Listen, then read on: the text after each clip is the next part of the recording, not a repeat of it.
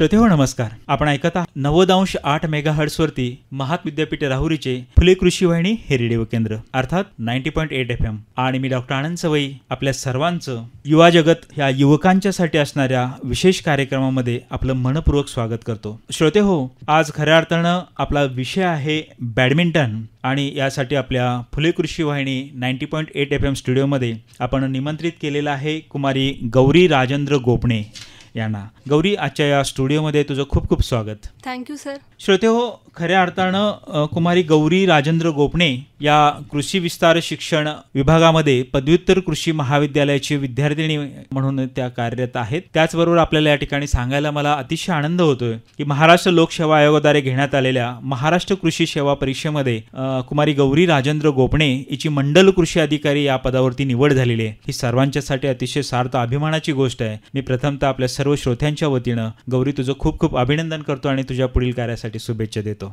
Thank you sir. श्रोतेहो, आजचा आपला विषय आहे बॅडमिंटन आणि सगळ्या युवा जगतांच्यासाठी किंवा युवकांच्यासाठी अतिशय आकर्षित असणारा हा गेम आहे. प्रत्येकाला हवावासा खेळावासा असा वाटणारा हा गेम म्हणजे बॅडमिंटन हा खेळ आहे. तर आजच्या विषयाच्या अनुषंगाने बॅडमिंटन या खेळाविषयीची संपूर्ण माहिती आपण आज गौरीकडून जाणून घेणार आहोत. तर गौरी, मला तुला विचारायला निश्चित आनंद वाटेल की नेमकंच ह्या बॅडमिंटन खेळाला तुझी कुठे सुरुवात झाली, या खेळाकडे कधीपासून तू खेळ हा सुरू केलेला आहे आणि या खेळाविषयीच एकंदरीत तुला काय सांगता येईल? सर, माझं मूळ गाव सोमनथळी, तालुका फलटण, जिल्हा सातारा. त्यानंतर मी 5वी मध्ये असताना आम्ही शिक्षणासाठी बारामती या ठिकाणी राहायला आलो आणि त्यात बारामतीमध्ये घराच्या शेजारीच जिल्हा क्रीडा संकुल बारामती आहे आणि या ठिकाणी माननीय डॉक्टर पुरंदरे सर आणि विवेक पंचनदीकर सर यांनी त्या ठिकाणी बारामती तालुका बॅडमिंटन असोसिएशन या संस्थेची स्थापना केली. त्या ठिकाणी बारामतीमधील वेगवेगळे डॉक्टर्स, अधिकारी, बिझनेसमॅन हे तिथं खेळायला येतात आणि वेगवेगळ्या स्पर्धा सुद्धा त्या ठिकाणी भरवल्या जातात.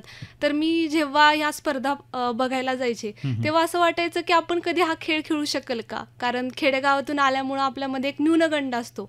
आपण खो खो, कबड्डी हे खेळ बघितलेले असतात, पण बॅडमिंटन सारखा खेळ जो कोर्टवर खेळला जातो तो कधी आपण खेळलेला नसतो. नंतर मग माझे वडील तिथल्या बॅडमिंटन असोसिएशनला जॉईन झाले. ते स्वतः बॅडमिंटन खेळायला लागले. मग त्यांनी मला प्रोत्साहन दिलं की तू सुद्धा हा खेळ खेळायला पाहिजे. मग मी 11वी मध्ये असताना बॅडमिंटन खेळायला सुरुवात केली आणि त्या ठिकाणी मी हा खेळ खेळण्यास सुरुवात केली. अगदी या खेळाकडे बघितलं किंवा चॅनलवरनं किंवा स्पोर्ट्स चॅनलवर बघताना सुद्धा असं वाटतं की हा मोठ्या लोकांचा गेम आहे, हा सुशिक्षित लोकांचा, व्हाईट कॉलर लोकांचा गेम आहे. पण एक कृषी या क्षेत्रामध्ये तू कृषी पदवी केली आणि त्या शिक्षण घेत असताना सुद्धा ह्या गेमकडे किंवा ह्या खेळाकडे तू आकर्षित झालेली. तर नेमकंच ह्या खेळाकडे एक घेत असताना मग अशा पद्धतीचा खेळ, आता तू म्हटलीस की ग्रामीण भागातून आलेली मुलं असतील किंवा मुली असतील, यांच्या मनामध्ये एक भीती असते, एक न्यूनगंड असतो की आपल्याला गेम खेळता येईल का हा खेळ. तर या खेळासाठी काही प्रशिक्षण घेणं गरजेचं असतं काय? तू असं कुठलं प्रशिक्षण वगैरे घेतलं होतं? हो सर, जिल्हा क्रीडा संकुल बारामती या ठिकाणी माननीय गणेश सपकाळ सर, म्हणजे त्यांची GSB अकॅडमी त्या ठिकाणी आहे, गणेश सपकाळ बॅडमिंटन अकॅडमी, आणि त्यांच्या मार्फत मी प्रशिक्षण घेतलं. सरांचं वैशिष्ट्य सांगायचं गेलं म्हणजे जे कोच आहेत गणेश सपकाळ सर, त्यांनी म्हणजे आमचा हा बॅडमिंटनचा गेम मी कॉलेज संपल्यानंतर संध्याकाळी 7 ते 10 या वेळात हा गेम खेळायची. तर त्या ठिकाणी कोचिंगमध्ये आम्हाला फक्त म्हणजे आपण खेळ असं नाही तर संध्याकाळी आल्यानंतर 7 ते 8 मध्ये आमचा फिटनेस घेतला जायचा. या फिटनेसमध्ये वेगवेगळे रनिंग असेल किंवा वेगवेगळे जे आपले व्यायाम असतात ते घेतले जातात. त्याचप्रकारे मेडिटेशन, कुठलाही खेळ खेळताना तुमची मानसिक शांतता पण असली पाहिजे, त्यासाठी मेडिटेशन घेतलं जायचं आणि तिथून पुढं मग वेगवेगळे ऍक्च्युअल गेम शिकवला जायचा. त्यामुळं ह्या सरांचं योगदान खूप मोठं आहे आणि बारामतीमध्ये त्यांचं खूप नाव आहे आणि ते खूप बॅडमिंटन खेळाडूंना प्रशिक्षण देतात त्या ठिकाणी. अशा प्रशिक्षकाकडून तू प्रशिक्षण सुद्धा घेतलेलं आहे? हो सर. निश्चितच. पण या खेळाची जर थोडक्यात माहिती, म्हणजे बऱ्याच मुलांना किंवा मुलींना हे माहीत असतं की हा सिंगल किंवा डबल किंवा मिक्स गेम अशा पद्धतीचा सुद्धा हा खेळ आहे, अशी सुद्धा एक भावना असते. तर या खेळाविषयी काय तुला थोडक्यात सांगता येईल? बॅडमिंटन हा गेम मध्ये 3 प्रकार आहेत, जसं की सिंगल्स, डबल्स आणि मिक्स डबल्स. सिंगल या खेळामध्ये 3 सेटचा हा गेम असतो, म्हणजे 3 गेम असतात आणि 21 पॉईंटचा एक सेट असतो. यापैकी जे 2 गेम म्हणजे 2 सेट मॅच जिंकेल तो त्या स्पर्धेचा विनर असतो. तसंच डबल्समध्ये आणि मिक्स डबल्समध्ये सुद्धा म्हणजे 21 म्हणजे 21 पॉईंटच्या अशी 3 गेम आणि 3 गेमपैकी जो 2 गेम जिंकेल तो त्या स्पर्धेचा विनर असतो. अगदी. आणि मग ह्या गेममध्ये किंवा ह्या खेळामध्ये चांगलं करिअर करायचं असेल किंवा चांगला आपल्याला एक खेळाडू म्हणून यायचं असेल तर तुझा काय सल्ला राहील की कोणता यातला चांगला प्रकार आहे? सिंगल की डबल की मिक्समध्ये खेळणं अपेक्षित आहे? तिन्ही प्रकार चांगलेच, पण जर आपली स्वतःची डेव्हलपमेंट करायची असेल तर आपण सिंगल या प्रकारात उतरू शकतो. आणि जसं की आपण बघतो वेगवेगळे badminton player PV Sindhu, Saina Nehwal यांनी सिंगल हा प्रकार निवडला आणि आज त्या जागतिक स्तरावर आपल्या भारताचं प्रतिनिधित्व करत आहेत. तर सिंगल हा गेम नक्कीच आपल्या व्यक्तिमत्व विकासात पण सुधारणा करतो आणि स्वतःचा कॉन्फिडन्स बिल्डअप करण्यात सुद्धा खूप त्याचा मेन रोल आहे. अगदी. शालेय शिक्षणापासून तुला या खेळाच्या विषयी कुतूहलता वाढली, उत्सुकता वाढली. आतापर्यंत झाल्याच्या कोणकोणत्या पातळीवर तुझा आता बॅडमिंटन स्पर्धेमध्ये तू सहभागी झालेली आहेस? तर ह्यामध्ये मी इंटर कॉलेजिएट बॅडमिंटन स्पर्धा खेळायची. तर इंटर कॉलेजिएट बॅडमिंटन स्पर्धेमध्ये जे 10 बेस्ट प्लेयर असतात त्यांचं जर्सीचा नंबर लिहून घेतात आणि नंतर आपले महात्मा फुले कृषी विद्यापीठ राहुरी या विद्यापीठाच्या ठिकाणी ते 10 प्लेयर बोलवले जातात.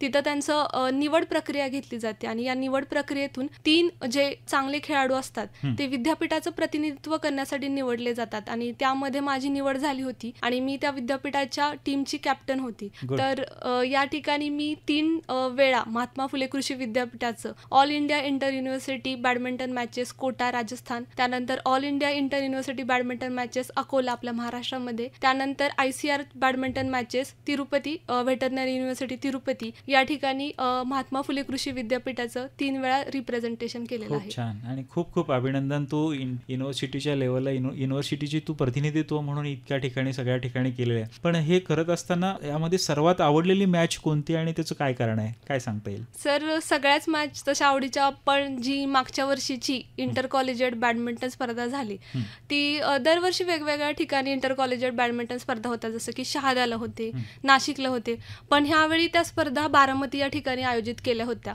आणि मी MSc सेकंड इयरला होते आणि माझी ॲग्रिकल्चर MPSCची मेन्स होती ती एका महिन्यावर राहिली होती. तर माझ्या डोक्यात आलं की मग आता खेळायचं का नाही, कारण अभ्यास पण महत्त्वाचा आणि मॅच पण सेकंड इयरमध्ये असल्यामुळे ही शेवटचीच इंटर कॉलेजिएट बॅडमिंटन स्पर्धा होती माझ्यासाठी. तर मग मी ठरवलं की जायचं आपण, बारामती ठिकाणी आहे, होम ग्राउंड आहे तर जायचं. मग या स्पर्धेमध्ये प्रत्येक मॅच चुरशीची झाली आणि आम्ही फायनलपर्यंत पोहोचलो आणि फायनलला कॉलेज ऑफ ॲग्रिकल्चर बारामती आणि PGI MPKV राहुरी ह्या 2 कॉलेजेसमध्ये फायनल मॅच लागली. आता सांगायचं असतं तर माझी UG he college of agriculture Baramati या ठिकाणाहून झाली आणि 4 वर्ष मी त्या कॉलेजचं रिप्रेझेंटेशन केलं किंवा मी ती जर्सी घातली होती आणि आज माझ्यावर अशी वेळ आली की मी त्याच कॉलेजच्या विरोधात, आज मी MPKV कडून खेळत असल्यामुळं त्या कॉलेजच्या विरोधात माझी मॅच लागली होती. म्हणजे माझ्यासाठी एक तो इमोशनल मुवमेंट पण होता. पण एका प्लेअरकडे जसा प्रामाणिकपणा असतो किंवा आपण ज्या टीमचा भाग आहे त्या टीमला रिप्रेझेंट करणं आणि त्या टीमसाठी 100% देणं हा एका प्लेअरचं कर्तव्य असतं.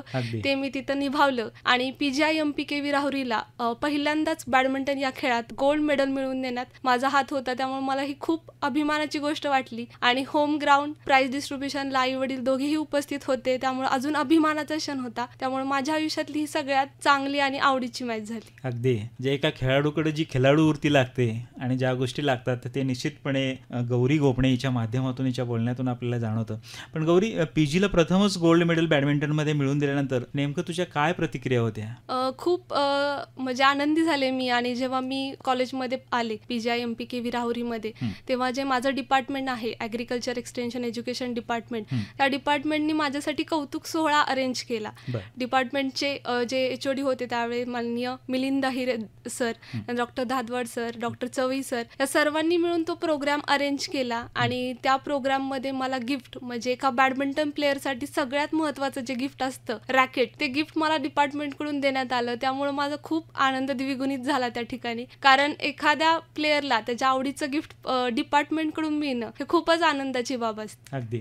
हे बॅडमिंटन असेल किंवा कोणताही क्रीडा प्रकार असेल तर ही ज्यावेळेला मुलं आपली खेळत असतात तर त्यावेळेला एक पालकांना एक हुरूर लागते किंवा चिंता वाटते की आपली मुलं अभ्यास सोडून ह्या स्पोर्ट्सच्याच मागे लागलेले आहेत, त्याच्यामुळे ह्याच्या अभ्यास अभ्यासावरती परिणाम होईल, याचं करिअर सगळं होईल की नाही याची चिंता असते. द्विधा मनस्थितीमध्ये असतात सगळे पालक. असं काय झालं का तू बॅडमिंटन खेळत असताना, बॅडमिंटनचा सराव करत असताना बॅडमिंटनचा सराव आणि अभ्यास या दोन्हींची सांगड कशी घातली? कारण तुझं एमपीएससी मधून सुद्धा महाराष्ट्र लोकसेवा आयोगाच्या माध्यमातून सुद्धा मंडल कृषी अधिकारी या पदावर पण निवड झालेली आहे. तू बीएससी एमएससीचं कॉलेज पण केलं आणि बीएससी पासून कॉलेज लेवल पासून तू खेळते. ह्या दोन्हींची मग कशी सांगड घातलेली आहे? तू काय एक खेळाडू म्हणून तू कसं काय सांगतेस? सर, मला खेळाचा अभ्यासात जास्त करून फायदाच झाला. असं काही तोटा वगैरे कधीच झालेला नाही. कारण जेव्हा आपण एखादा खेळ खेळतो तेव्हा आपल्याला एक टाइम मॅनेजमेंट जमायला लागतं.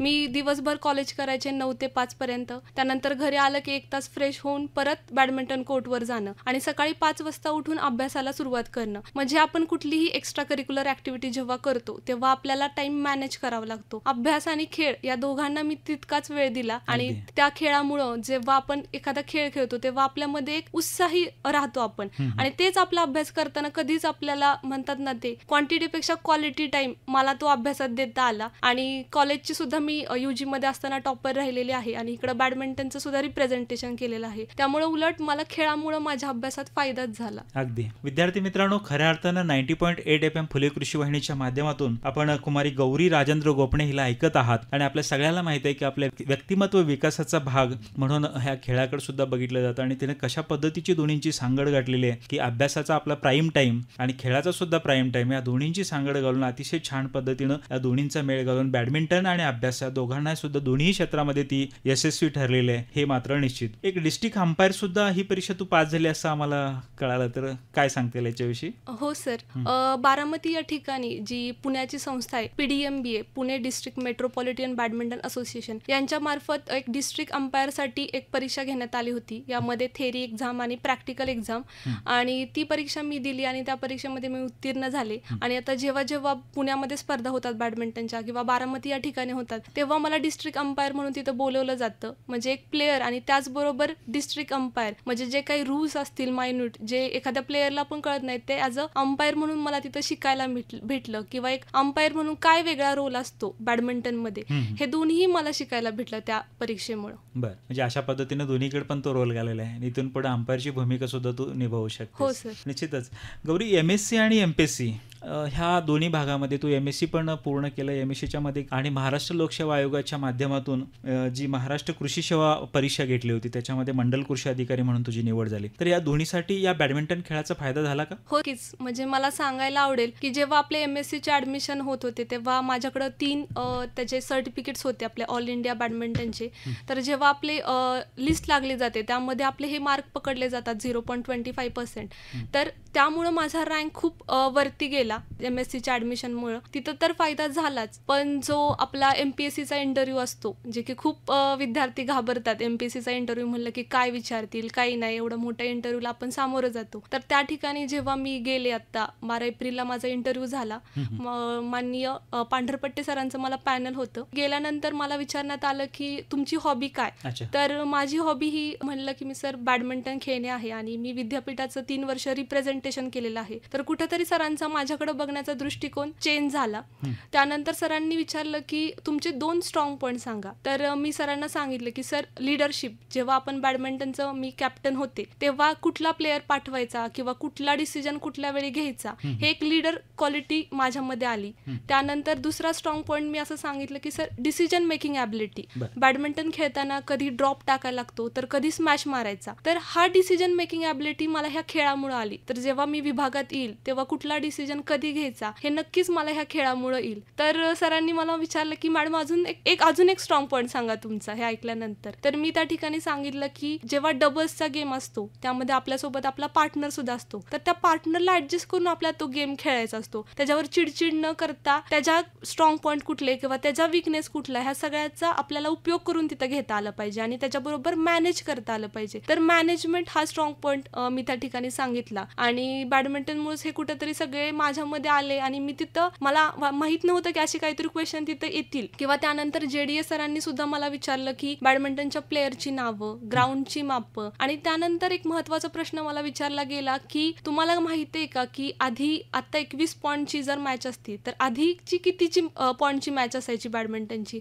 तर मगाशी सांगितल्याप्रमाणे डिस्ट्रिक्ट अंपायरची परीक्षा मी उत्तीर्ण केली होती आणि या परीक्षेमध्ये आम्हाला रूल्स होते किंवा बॅडमिंटनची एक हिस्ट्री होती.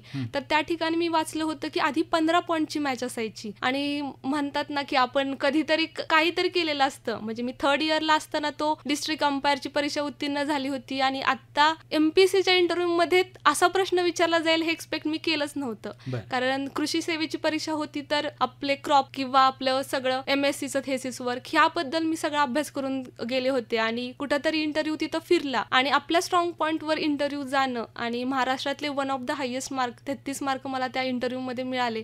हे एका खेळामुळे झालं आणि एका खेळावरती महाराष्ट्र कृषी सेवेच्या परीक्षेचा इंटरव्ह्यू जाईल हे कधीच मला वाटलं नव्हतं. अगदी तुझं खूप खूप अभिनंदन. खऱ्या अर्थानं खेळाचा तुझ्या इंटरव्ह्यू मध्ये सुद्धा इतका मोठ्या प्रमाणावरती इम्पॅक्ट पडलेला होता. आता ऍक्च्युली तू मंडल कृषी अधिकारी म्हणून तुझी निवड झाली. मंडल कृषी अधिकारी म्हणून कृषी क्षेत्रामध्ये शेतकऱ्यांच्या बरोबर काम करत असताना ह्या बॅडमिंटन खेळाचा कसा उपयोग होईल तुला? जसं की मी सांगितलं की डिसिजन मेकिंग ॲबिलिटी, मॅनेजमेंट किंवा कॉन्फिडन्स पण माझ्यामध्ये बिल्डअप झाला. एक पर्सनॅलिटी डेव्हलपमेंट आपण जी म्हणतो ती झाली. कुठं 4 लोकांच्यात पुढे जाऊन बोलणं असेल किंवा एखाद्याला एखादी गोष्ट समजून सांगितलं तर माझ्यामध्ये आता ती भीती राहिली नाही.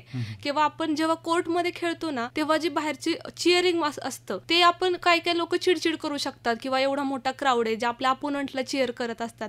पण आता मला त्याची सवय झाली आहे की म्हणजे आहे त्या सिच्युएशनला मॅनेज करणं किंवा त्या सिच्युएशन मध्ये शांतता ठेवून आपण ते आपलं काम चालूच ठेवणं. म्हणजे हे जेव्हा मी कृषी विभागात जाईल तेव्हा शेतकऱ्यांचे प्रश्न मी चांगल्या रीतीने समजून घेईल आणि त्यांना चांगल्या रीतीने त्याच्यावर नक्कीच सोल्युशन देईल. निश्चितपणे शेतकरी बंधून सुद्धा 90.8 FM फुले कृषी वाहिनीच्या माध्यमातून कुमारी गौरी राजेंद्र गोपणे हिला ऐकत आहात आणि ती आपल्या सेवेमध्ये लवकरच शेतकऱ्यांच्या सेवार्थ मंडल कृषी अधिकारी म्हणून सुद्धा दाखल होत आहे आणि अशा पद्धतीचे प्रशासकीय अधिकारी महाराष्ट्राच्या प्रशासनात जातात ही सर्वांच्यासाठी अतिशय सार्थ अभिमानाची गोष्ट आहे. गौरी, हे करत असताना एक फिटनेस महत्वाचा असतो किंवा आहार सुद्धा महत्व असतो एक खेळाडू होण्यासाठी. बॅडमिंटनच्या बाबतीत असं काय आहे? हो सर, म्हणजे कुठल्याही खेळामध्ये आपला आहार खूप महत्वाचा असतो. म्हणजे जर तुम्ही नॉन व्हेजिटेरियन असतात तर आमचे कोच नेहमी सांगायचे की तुम्ही दिवसाला 4 अंडी तरी खाल्ली पाहिजे, त्यानंतर कुठलं तरी एक फ्रूट आणि दूध हे म्हणजे तुमच्या आहारात असलंच पाहिजे. आणि जर व्हेजिटेरियन असेल तर सोयाबीन पासून जे पदार्थ बनवले जातात ते खाल्ले पाहिजे, दूध पिलं पाहिजे, नंतर एक चीज म्हणजे चीजचा एखादा क्यूब हा तुम्ही नेहमी कन्झ्युम केला पाहिजे. म्हणजे जे कोच होते ते नेहमीच आहाराबद्दल मार्गदर्शन करायचे. अगदी विद्यार्थी जगत या स्पेशल कार्यक्रमामध्ये आज आपल्याला गौरी गोपणे या सांगत आहेत. सर्व विद्यार्थी बंधू सर्व आपण ऐकत आहात तर निश्चितपणे तिने सांगितलेला आहार असेल तर त्याचं सुद्धा पालन करणं आपल्याला ह्या स्पोर्टच्या दृष्टीने फार महत्वाचं आहे. हे करत असताना स्पोर्टमध्ये खेळत असताना घरच्यांचा सपोर्ट सुद्धा फार महत्वाचा असतो. घरच्यांचं पाठबळ आपल्याला असणं गरजेचं आहे. ते एक मोटिवेशनल पार्ट असतो. तुझ्या बाबतीत काय सांगता येईल? सर नक्कीच, कारण पॅरेंट्सच्या सपोर्ट शिवाय आपण खरंच पुढे जाऊ शकत नाही. आणि ह्या माझ्या सगळ्या करिअरमध्ये जर महत्त्वाचा रोल राहिला असेल तर ते म्हणजे माझे वडील. माझे वडील हे प्राथमिक शिक्षक आहेत, दरे तालुका महाबळेश्वर जिल्हा सातारा या ठिकाणी. पण त्याचबरोबर ते एक उत्तम बॅडमिंटनपटू सुद्धा आहेत. त्यामुळं त्यांचा नेहमी मला सपोर्ट राहिला. एक मुलगी म्हणून त्यांनी मला कधी कुठल्या बाबतीत रेस्ट्रिक्शन दिले नाहीत. त्यामुळे मी माझे डिसिजन घेऊ शकले किंवा आता बॅडमिंटनसाठी आपल्याला वेगवेगळ्या राज्यांमध्ये जावं लागायचं तर त्यांनी नेहमी विश्वास ठेवला की हे करतीये, तर त्यांनी कधीही मला त्या गोष्टीत अडवलं नाही आणि नेहमी मला सपोर्ट केला माझ्या MPSCच्या जर्नीत, माझ्या बॅडमिंटनसाठी. त्यामुळं पालकांचा सपोर्ट हा खूप असला पाहिजे. माझे आई वडील हे दोघांनीही मला या बाबतीत खूप सपोर्ट केला, कधीही कुठल्या गोष्टीत थांबवलं नाही. त्यामुळेच आज मी इथपर्यंत पोहोचू शकले. निश्चितपणे आदरणीय राजेंद्र गोपणे साहेब, आपण गौरीला ऐकत असाल तर या माध्यमातून तिने आपल्या प्रती केलेल्या भावना केलेल्या व्यक्त ह्या निश्चितच फार बोलक्या आहेत आणि तुमच्यासारखे पालक अशा सगळ्या विद्यार्थ्यांना मिळो आणि अशा अनेक गौरी बॅडमिंटनच्या माध्यमातून निर्माण हो, जी की आपल्या शिक्षणामध्ये सुद्धा अतिशय चांगलं नाव केलेलं आहे. त्याचबरोबर महाराष्ट्र शासनाच्या कृषी सेवा परीक्षेच्या माध्यमातून मंडळ कृषी अधिकारी या सुद्धा पदावर गेलेल्या, अजूनही ती वेगवेगळ्या पदावर तिचं निवड होईल त्यासाठी सुद्धा आमच्या खूप खूप शुभेच्छा आहेत. आणि रोज प्रॅक्टिस वगैरे किती त्याची असणं अपेक्षित आहे ह्या गेमसाठी? सर रोज 2 तास तरी प्रॅक्टिस अपेक्षित आहे आणि मेन म्हणजे आपला फिटनेस चांगला पाहिजे ह्या गेमसाठी. म्हणजे जर आपला फिटनेस चांगला असेल तर नक्कीच आपण ह्या गेममध्ये उतरू शकतो. अगदी. आजचं आपले बरेच श्रोते तुला ऐकत आहेत, ऑनलाईनच्या माध्यमातून असेल, या रेडिओच्या माध्यमातून असेल, लिंक असतील व्हॉट्सअपच्या माध्यमातून. तर या सगळ्या श्रोत्यांसाठी आपला तुझा काय सल्ला राहील? मला एकच संदेश द्यायचा आहे यामार्फत, म्हणजे बॅडमिंटन नाही तर कुठलाही खेळ तुम्ही हा जरूर खेळला पाहिजे. कारण खेळ हा तुम्हाला कधीच हरून देत नाही, आणि किंवा जरी हार आली तरी ती पचवायची क्षमता तुमच्यामध्ये ठेवतो. तुमची पर्सनॅलिटी डेव्हलपमेंट करणं, किंवा पुढे जाऊन बोलणं असेल, किंवा चार चौघात कसं राहायचं, किंवा एक तुमची रोजची शिस्त तुम्ही आयुष्याला लावू शकता. त्यामुळे नक्की तुम्ही, म्हणजे पालकांना सुद्धा माझी विनंती राहील की तुमच्या मुलांना खेळात टाका. खेळामुळे कधीच मुलांचं नुकसान नाही होणार, तर उलट त्यांच्या अभ्यासात सुद्धा प्रगती होईल. म्हणजे मुलांना सुद्धा हे की 1 तास तरी ग्राउंडवर घालवा, मग तू कुठलाही खेळ असू द्यात, पण तुम्ही खेळ हा नक्कीच खेळला पाहिजे. अगदी. निश्चितपणे श्रोते हो, गौरी राजेंद्र गोपणे हिने अतिशय छान पद्धतीनं बॅडमिंटन याविषयीची माहिती आपल्याला दिलेली आहे. गौरी, आज 90.8 FM फुले कृषी वाहिनी या स्टुडिओमध्ये तू आली आणि आमच्या सर्व श्रोत्यांसाठी, सर्व युवकांच्यासाठी बॅडमिंटन विषयी अतिशय छान पद्धतीची माहिती तू दिली. त्याबद्दल 90.8 FM फुले कृषी वाहिनी, महात्मा फुले कृषी विद्यापीठ आणि सर्व श्रोत्यांच्या वतीनं, सर्व युवा वर्गांच्या वतीनं तुझे खूप खूप धन्यवाद. थँक्यू सर, मला इथं बोलवल्याबद्दल आणि माझे एक्सपिरियन्स शेअर करण्यासाठी मला तुम्ही चान्स दिला. खरंच खूप मनापासून धन्यवाद. अगदी. श्रोते हो, बॅडमिंटन या खेळाविषयी कुमारी गौरी राजेंद्र गोपणे, कृषी विस्तार शिक्षण विभागाची पदव्युत्तर महाविद्यालय, महात्मा फुले कृषी विद्यापीठाची विद्यार्थिनी, त्याचबरोबर महाराष्ट्र लोकसेवा आयोगाद्वारे घेण्यात आलेल्या कृषी सेवा परीक्षेतील मंडल कृषी अधिकारी या पदावर निवड झालेले कुमारी गौरी राजेंद्र गोपणे हिने व्यक्त केलेले विचार आपण या ठिकाणी ऐकलेत. यासारखेच दर्जेदार कार्यक्रम ऐकण्यासाठी कुठेही जाऊ नका. ऐकत रहा 90.8 FM फुले कृषी वाहिनी, कृषी संस्कारदायिनी, फुले कृषी वाहिनी.